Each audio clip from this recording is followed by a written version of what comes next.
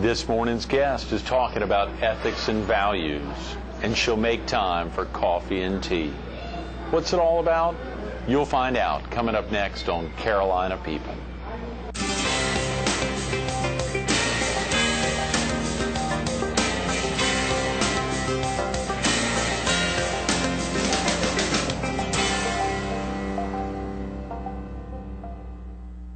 Good morning. Welcome to Carolina People. This morning we're at East of Chicago Pizza at 40th Avenue North and Kings Highway here in Myrtle Beach. We're focused on the Jackson Family Center for Ethics and Values, and we're visiting with its director, Claudia McCollough. Good morning, Good Claudia. morning to you. Thank you so much for coming in. It's my pleasure, always. Exciting. I hope you had a great 4th last week. Lovely 4th. Did you? Actually spent it at Brook Green Gardens. Did you? And Good. saw that wonderful play about Theodosia and Aaron. Oh, yeah. Wonderful place to be. Was that, who was starring in that? The guy? Oberst. Yes, Yeah. Bill Oberst, who's a superstar. We interviewed him down at Brook Green Gardens really? years ago in the Well, Russell I would Holidays recommend place. those Yeah. cool evenings. It's lovely to stroll and eat a lovely dinner and go Right. sit under the trees. And it was a very strange place for the 4th, but at this time in my life, I sort of liked it. Like something strange. I didn't That's have right. grandchildren here, so I didn't have to do the fireworks. Hilarious. Yeah, I was thinking with all that trees around, they probably wouldn't want a fireworks No, display I down don't there. think Yeah, so. yeah. They don't even need it. Nature does her own fireworks down there. Good for you. Those are good words. Well, we were down in Merle's Inland, and they were doing a lot of fireworks across the street Yes. at Huntington Beach State Park. I tell you, a lot going on. When we drove out, we saw that. I'm sure you did. How exciting, the Jackson Family Center for Ethics and Values. It's relatively new, Claudia. Yes, it actually is. This is our 3rd full year. Is that right? Right. And y'all are housed at? We're housed in the Humanities, the College of Humanities and Fine Arts at Coastal. Carolina University. Again, for our viewers in the PD and southeastern North Carolina, we need to get them down more often. If they pop by the campus, it's pretty easy to find. Oh, yes. It's encourage the folks Edwards to come by and visit the center. Come to the Edwards building. We're upstairs. We have a lending library and lots of information. Good. We'd like to see them, actually. Absolutely. Are you originally from the area, Claudia? I am originally from Georgia and Charleston. Ooh, Georgia and Charleston. I was born in Georgia. Yeah. I didn't want to offend my mother, so I always have to say that. Yes. Born in Georgia, raised in Charleston. Charleston, Yes. South Carolina. Yes. That's right. That's right. Do you still have family in that area? Yes, I have some extended family. My mother now lives in Florida, and my older brother is the dean at the University of Florida, so she's down there. And so we're sort of just southeastern people. Yeah. I like it. Absolutely. Hopefully you get down there or they get up here often. Oh, yes. A lot. That's wonderful. And how long have you been at Coastal Carolina University? Since 78. Is that right? I feel Almost like a 30 pioneer, years. yes. Yeah, next year. You feel like a pioneer. Yes. Were there many women there on campus when you arrived? Actually, I was the very first woman in all of the University of South Carolina's system in philosophy. Is for that a long right? time. And so there were, that's a good question. No, there weren't a lot of women professors. Right. In terms of the students, I'm not real sure. I never thought about that part of it. But there were not many women professors, and we were very small, Greg. It was minuscule compared to what it is now. I saw in the Herald just last week that they're expecting 8,100 students matriculating in the fall. That's amazing. I think there were 1,400 when I went there. Wow. 3 buildings and 1,400 students. That's amazing. Yeah. Who are some of the folks that were there then when you arrived that are still Dick real active? Singleton. Oh, yes. Yeah. My dear friend John Durrell, who is deceased, but John was Dean of the College of Humanities. Jim Eason, my dear friend, who's just retired. So Steve Nagel. We're all of my class is beginning to retire. Well, don't say it. We kind of hang around. Yeah. The opportunity when the center popped up just a couple of years ago. Yeah. And how did they find you for the opportunity to be the director there? I wrote what we call white paper for the center. Right. For a long time, I've wanted an ethics center at Coastal. I was chair of the philosophy department. Is that right? And wow. I thought, my last act is going to be to get this center. So I pushed it and I pushed it, and I pushed it. And finally, it landed on Danny Nicholson's desk the very same day that the Jackson family, the daughters, came in and said, we would like to do something to honor our parents. Wow. And Danny said, read this. No. Yes, serendipity. Yeah. Danny said, read this. They took it home and read it. And I'm fortunate, though, they're my friends, and we've known each other a long time. And they were excited, so that's how it got started. Wow, yeah. Claudia, that's amazing. My father's going to be with us later this week. He loves to talk about predestination. Well, tell him that story. Likely a Presbyterian, so I will definitely share with him that story. He'd get a kick out of that. And of course, the patriarch and matriarch of the family live here in the area. They've got 5 daughters, of which three live here. 3 of them live here in the area, which is a tremendous and they're connection. very active on our board. Is that right? Yes, Good. yes. The family is active and the on the board. family is very active in the center, too. So that's wonderful. They've been wonderful. Oh, yes. Yes, we do a summer ethics academy with rising 6th graders in public school, and we do it for 4 days, and the last day, those students spend the day out at the campground, Ocean Lakes Campground. Of course. With the Jacksons. At the family campground. Yes, that's exactly right. Yes, and we have laughed and said, all of the work we do with those students, that's probably the most exciting thing. The Jacksons are so kind. They send a bus to pick up these students. No. Yes, and we go out there and have a hamburger and hot dog roast, and then the students put on little plays, etc., to show the Jacksons what they have learned in the Summer Ethics Academy. And then the happiest part, they get nickels and dimes to go play the machines and play putt-putt. Great. Oh, yes, it's a tremendous spread out there at Ocean Lakes, and very crowded in the summertime for the most part, so I'm sure they're thrilled to have an opportunity to get in there. The Jacksons have been grand. Yeah.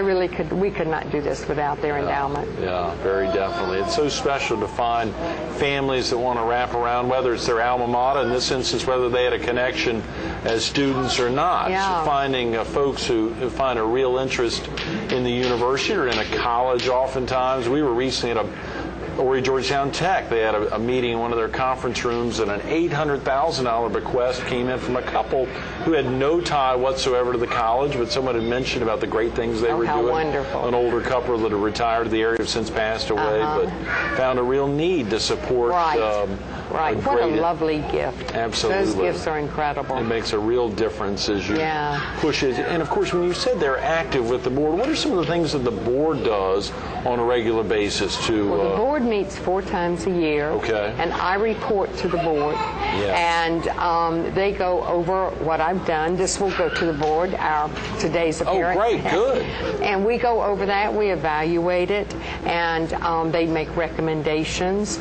And I take to them all of our programs, upcoming programs. Great. And they make evaluations. And they're very good about attending our programs, I must say. Great. These very busy men and women, they are excellent about doing that. And then, of course, the budget. We go over the budget and our 5-year plans and 10-year plans. So they're very involved, and I am wild about my board because they don't keep quiet, and I need that. Excellent. Very definitely. Yes. You're probably used to that from being in the classroom for a long time. Yes. You taught continuously for almost 30 years, for 25 years? Yes. Not to date you there, Claudia, that's but okay. that's okay. That doesn't work. You mentioned you were the chair of the department as well. How philosophy long and religion. did you serve as chair of the 9 years. Is that right? Yes. You know, we had a gentleman on the show about 3 weeks ago, Steve Scheel, who'd been the chair of the computer science department there at Coastal. Yeah, sure. Great guy, very interesting guest, and he's now acting chair, as Jean-Louis Lassay is in New Mexico, I think, in the summers. But it's fascinating hearing him talk about a lot of responsibilities chairing a department. Yes, it is. Was it equally responsive, heavily responsibility with the philosophy and I also taught while I was chair. Oh, boy. I really like teaching. And yes, I think that actually I always said that the chairs of any university are the people down in those foxholes. Yeah. They're the ones. In the foxholes, they do a lot of work. They never get much recognition, but they're an incredible group of people. It was really a joy for me to work with the other chairs. And I was also glad when my tenure ended. I was ready to focus more attention on the center, so absolutely. It worked out perfectly. Wow, 9 years was 9 years enough. 9 years was 9 years. 8 years enough. That's wonderful. That's wonderful. You know, we think about, when folks hear the word ethics, of course, having been a philosophy professor and having taught both freshmen as well as seniors, folks who may be a little bit interested or a lot interested in it, or even folks who went into graduate school, what are some of the basic issues that you want to make sure to get across, or that y'all are working to get across, whether it's to sixth graders or to adults in the community as y'all take your coffee and ethics out on the street? It really sort of all starts with how we treat and how we desire to be treated by other people. I mean, that's at the basis of an ethical issue.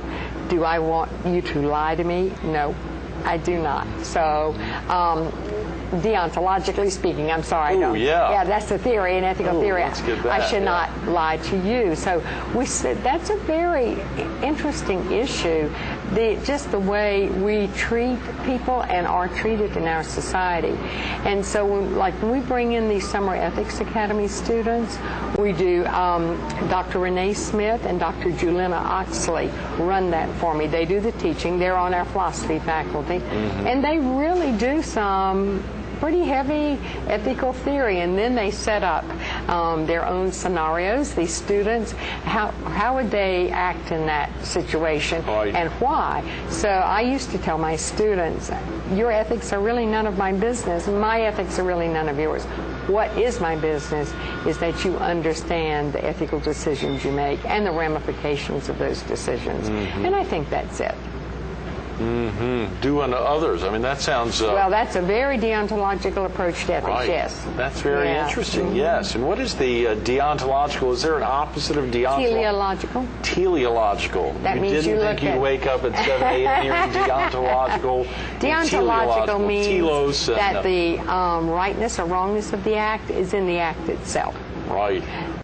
Teleological means that the rightness or wrongness is in the result, is in the end, the purpose, the end of it. Yeah. That's probably why I failed philosophy twice. Couldn't get through that. Yes, I had a little trouble there. We do it all the time. Yeah. You do it all the time. Oh, yeah. You know, it was an ethical decision for you to decide to come here today. You could have skipped out. That's true. Wonder why you didn't. That's right. Well, we would have missed the buffet, though. And of course, Claudia McCollough, they've got a tremendous buffet here at East of Chicago. Yes, they do. I saw it coming in. For a few hours this morning to enjoy that. You know, when we think about, of course, kicking off a big center, there's a lot that has to happen. Of course, you had to create a white paper so that it could end up on Danny's desk, so that he could show it to the Jacksons. But when they saw it, for them to think they want to make a difference, we want to honor our parents, but at the same time, they want to do it in a way that will really impact a lot of folks. Right. Again, you're talking about sixth graders, but you're also, I mean, the summertime program, you've got a series of events that kick off on September 18th and go, I guess, annual. Right. Is that right? We do our Tea and Ethics series every year. Yes. And that we came up with that title because I couldn't decide how we should do an ethics seminar in the late afternoon. And it occurred to me it'd be very civilized to have tea. Yes. So we serve tea in china cups. Really? Yes. Where are they held? They are held at this coming year. The ones on campus will be in our recital hall. Okay. And then they are repeated down at Waccamaw Center for Higher Education in Litchfield. Good. And then Dr. Bobby Wilkes gives us the fellowship hall. We call it Fellowship Hall is Town Hall at First Presbyterian Church. Great. So we repeat one down on the south end and one at the Presbyterian Church. You know, our city really doesn't have a center. I mean, we had nowhere to go. No. And Dr. Wilkes was very insistent that we bring it into Myrtle Beach. Sure. So he opened up his Fellowship Hall, and he and I call it Fellowship Hall is Town Hall, and it works beautifully. That would. So, for instance, some of the dates we see one coming up on September 18th. Yes, that's which Dr. will be Richard repeated Collin. on September 25th. both, that's on the 25th down in Litchfield as well as in Myrtle, or? No, the Dr. Richard Collin, who's talking about a just war, are we to blame for the Middle East? Right. Yes, and if you know anything, he's a politics professor, so it'll be quite amazing. Very yes, I'm definitely. A couple of months from now. That's honored that Richard would do this for us. Yeah. So he'll do one on campus, and then his follow-up will be one down at Litchfield. Okay. Then in October, Dr. Juliana Oxley and Dr. Dennis Earle are going to do something on feminist ethics, marriage, and work. We haven't found a tricky title for that one yet, but we will. And that one will be on campus, and then at the First Presbyterian Church That's at right. Town Hall. First Res. Right. Yes, That's right. That's wonderful. Real quick, if a viewer needs to get off to work now or get family out of the house, is there a good number for someone to call to learn more about the events? I see one, the 349-4149. Right. Yes, okay. That's the number into our center. And if someone wanted to visit a website, is that the coastal.edu/Jackson Center? Yes, that's right. Good. Exactly. So 843-349-4149 or visit coastal.edu/Jackson Center. We've just updated our website, so we'd be delighted for them to do that. We've got about 10 minutes, Claudia. Let's highlight some of the other events. I know the dates so they can call as you get closer to September and October to firm up. I know you've got some firm dates, but as we go into 2008, some of the dates may change and the times may change. We're doing in January one that is going to be highly controversial. It's being done by two philosophy professors, Dr. Niels Rohut and Dr. Michael Roos, the ethics of charitable giving. You're going to find one who's totally opposed to charitable giving and one who's totally in favor of it, and both of them base it on ethical theory. So it's going to be very fireworky. I wish you'd give us a little early primer on that. And then they will repeat that one at the First Presbyterian Church. So I think, I'm sure Bobby will like that or won't like that. Yeah. Well, he invited us. Good. No, I'm kidding. We did, is Walmart the right model for America at the Presbyterian Church? That's and it was interesting. Oh, yeah. Bobby liked that. Yeah. And then we also have a series we call Coffee and Ethics. And Coffee and Ethics, we go into a coffee shop here. We did use the living room, but unfortunately Diana's closed it. I know. So we're looking for another location. East of Chicago probably serves a little we might think about that. Yeah. And Dr. Dennis Earle, again, he's a philosophy professor, is very anxious to do consumer ethics, consumer/consumption ethics. Yeah, and that's a more informal sort of meeting, and we've had animal, is it right to eat the animals you love? And that was fireworks. And so the Coffee and Ethics takes on a little bit different, it's more intimate, and takes on a little bit different feeling.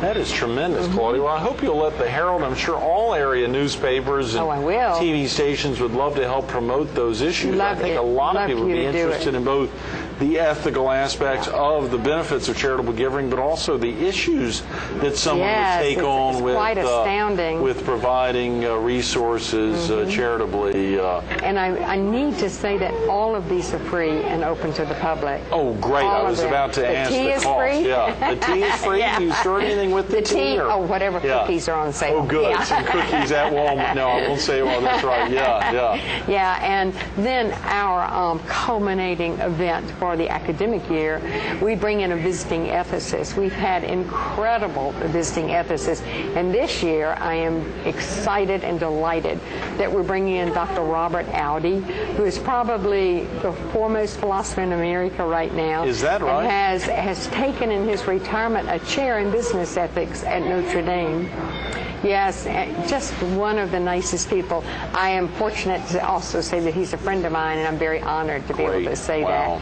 And that is free and open to the public. They've been very successful, these lectures, and all of that information will go out. It will be in April. That will be our last. Did you call him a philosopher, Claudia? You called him a philosopher. You know, we think about philosophers oftentimes as no longer with us, as being dead. Yes, do they have to die to become a philosopher, whether it's a Plato like the artist question, Aristotle or Machiavelli or somebody like that? In that instance, you think they've passed away, or an artist? Absolutely. Will their works other we have than some Warhol, exciting be really big. philosophers in America today. Dr. Peter French, who will come, I hope, year after this. Right. Dr. Robert Anderson. They're very. Are there some universities, for instance, that have some well-known folks, or is it just spread out all over? I mean, is there a generally you'll have some larger universities like Harvard and Notre Dame, and those types of schools. Some of these people are retired, and they are very willing to share their knowledge. Yes. They're quite grand. Yeah. That's tremendous. Yeah. You know, I guess folks would tend to think oftentimes of folks in the past because that may be who they studied in college. Absolutely Did right. you have something that you focused on, a subject or some topics, whether it was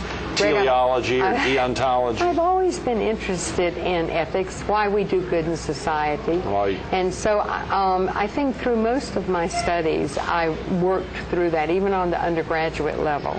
And of course, I enjoyed, I went through existentialism, and yes, I was a raging existentialist. I've been a raging almost everything. We don't want to even ask what that means exactly for viewers. Someday I'll come back. Sure, and we'll that's talk right. about We'll it. have to get you back. But through all of that, all of my marches, etc., I was always concerned about why we do good in society and the ethics of society. My teaching was in business ethics. That's great. Sherry had written a couple of great questions out here, just trying to think of that, and one tied in. You know, covers so many disciplines nowadays. Computer, you just said business ethics, of course, ethics and law. And the particular interest for you was business ethics. Yes, it was. It was, but the underlying interest was also about how we learn in society to act, how we make our decisions. What is that all about? Why don't I sit right here, right now, and shoot you? Ooh, wow, Yeah, really. And why did I come today?